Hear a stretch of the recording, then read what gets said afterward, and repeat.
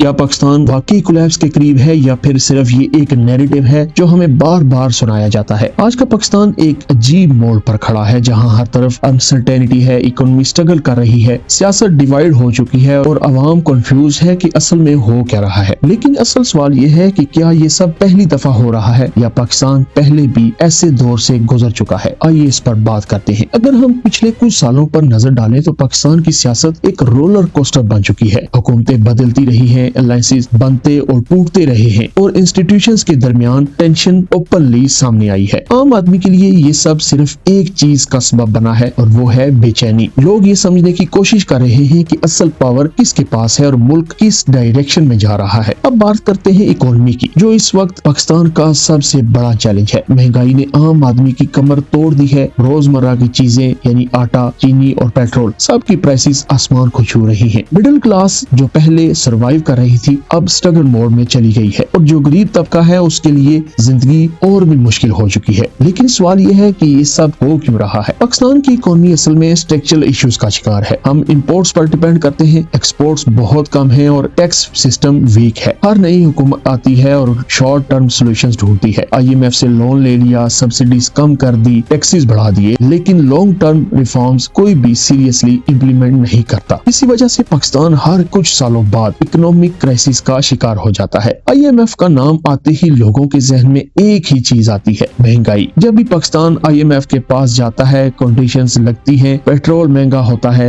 बिजली महंगी की जाती है और सब्सिडीज कम की जाती है। ये सब डायरेक्टली आम आदमी पर इम्पैक्ट करता है। लेकिन दूसरी तरफ ये भी रियलिटी है कि पाकिस्तान के पास और कोई ऑप्शन भी इधर नहीं है, क्योंकि फॉरेन रिजर्व्स इतने कम हो जाते हैं कि डिफॉल्ट का खतरा पैदा हो जाता है। अब अगर सियासत और इकोनॉमी के बाद तीसरा इम्पोर्टेंट फैक्टर देखा जाए तो वो है सिक्योरिटी इशू। पाकिस्तान ने पिछले कुछ सालों में टेररिज्म के खिलाफ काफी सक्सेस हासिल की थी, लेकिन अब फिर से कुछ एरियाज में इंस्टेबिलिटी नजर आ रही है। Border tensions, internal security challenges और रीजनल जियोपॉलिटिक्स, ये सब फैक्टर्स पाकिस्तान को डायरेक्टली अफेक्ट करते हैं। रीजनल लेवल पर देखा जाए तो साउथ एशिया और मिडल ईस्ट दोनों ही इस वक्त अनस्टेबल जोन्स हैं। अफगानिस्तान की सिचुएशन, इंडिया के साथ टेंशंस और ईरान के साथ बॉर्डर इश्यूज, ये सब पाकिस्तान के लिए चैलेंजेस क्रिएट करते हैं। और जब एक मुल्क ऑलरेडी इकोनॉमिक और पॉलिटिकल प्रेशर में हो तो एक्सटर्नल चैलेंजेस उसकी सिचुएशन को और कॉम्प्लिकेटेड बना देते हैं। लेकिन सिर्फ नेगेटिव पिक्चर देखना भी ठीक नहीं होगा। पाकिस्तान के पास अपॉर्चुनिटीज भी हैं और वो भी बहुत बड़ी। सबसे पहले बात करते हैं यूथ की। पाकिस्तान की पॉपुलेशन का बड़ा हिस्सा यंग लोगों पर मुश्तमिल है। ये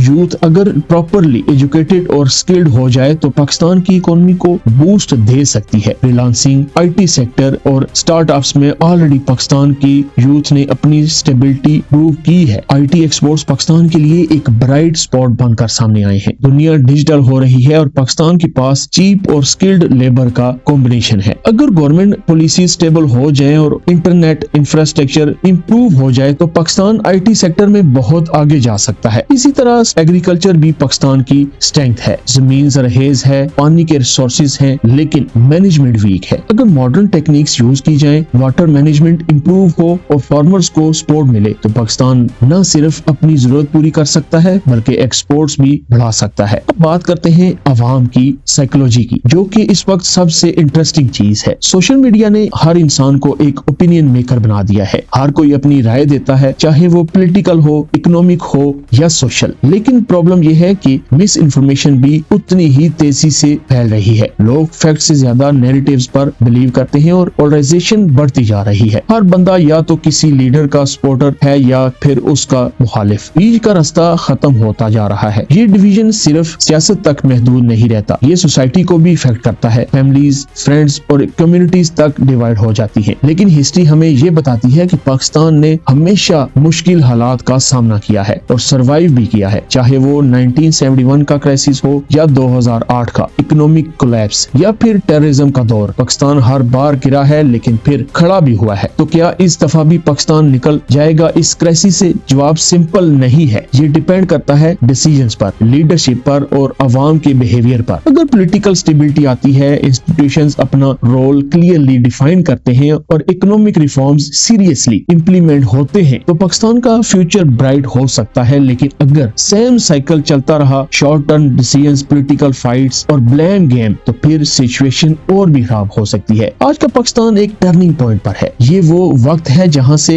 या तो मुल्क स्टेबल ग्रोथ की तरफ जा सकता है या फिर और ज्यादा क्राइसिस का शिकार हो सकता है। और सबसे इम्पोर्टेंट बात है, पाकिस्तान सिर्फ हुकूमत का नाम नहीं, पाकिस्तान हम सब का है। अगर अवाम अपनी रिस्पॉन्सिबिलिटी समझे, टैक्स दे, लॉ फॉलो करे और पॉजिटिव रोल प्ले करे तो चेंज पॉसिबल है। लेकिन अगर हम सिर्फ ब्लेम करते रहें और खुद कुछ ना करें तो फिर कोई भी सिस्टम काम नहीं करेगा। तो सवाल ये है, क्या पाकिस्तान वाकई क्राइसिस में है या फिर ये एक अपॉर्चुनिटी है नई शुरुआत की? और सबसे बड़ा सवाल, क्या हम इस चेंज का हिस्सा बनेंगे या सिर्फ तमाशा देखेंगे? कमेंट में अपनी राय लाजमी दे, चैनल को सब्सक्राइब करें। Thank you for watching.